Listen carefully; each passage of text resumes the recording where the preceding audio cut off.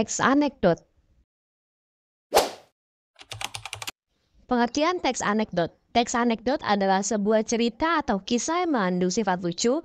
Meskipun teks anekdot berisi cerita lucu, tetapi teks anekdot juga bisa memiliki banyak maksud yang biasanya digunakan untuk menyampaikan kritik. Banyak yang menganggap bahwa teks anekdot merupakan cerita yang berisi rangkaian beberapa kalimat lucu. Namun, kriteria teks anekdot bukan hanya lucu, tetapi bisa menyampaikan maksud penulis.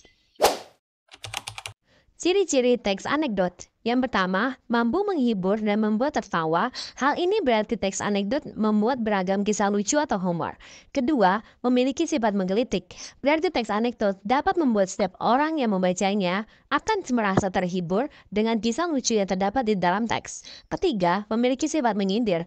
Dalam kisah teks anekdot ditemukan banyak yang dipakai sebagai media untuk menyindir sesuatu, baik itu orang maupun kelompok. 4. Bisa jadi mengenai orang penting, karena tidak aturan yang ketat untuk membuat teks anekdot. Hal ini menjadikan teks ini bisa digunakan untuk membahas orang-orang penting. Kelima, memiliki tujuan tertentu. Tidak seperti teks lainnya, teks anekdot lebih fleksibel untuk dibentuk sesuai keinginan dari penulis. Karena kisah cerita yang disajikan hampir menyerupai dongeng. 7.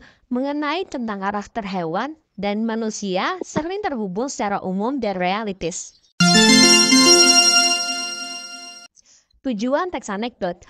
Biasanya, seorang penulis memiliki 3 tujuan yang ingin disampaikan kepada pembaca, mulai dari membangkitkan tawa sebagai sarana hiburan dan tentunya sebagai sarana untuk mengkritik.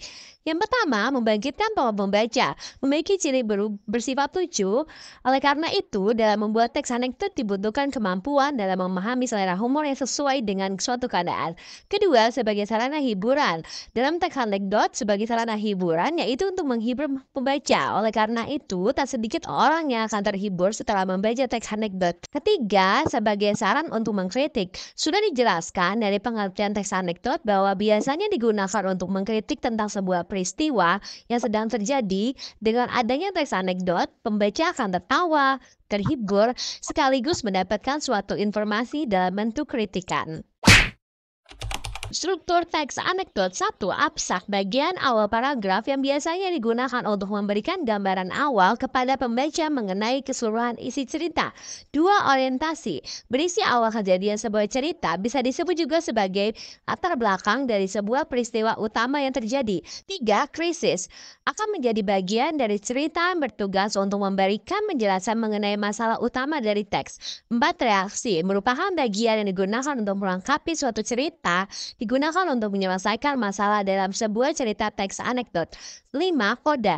Keseluruhan cerita sudah tersampaikan, koda dapat digunakan sebagai penutup sekaligus pemberian pesan dari penulis cerita teks anekdot. Kaidah kebahasaan teks anekdot.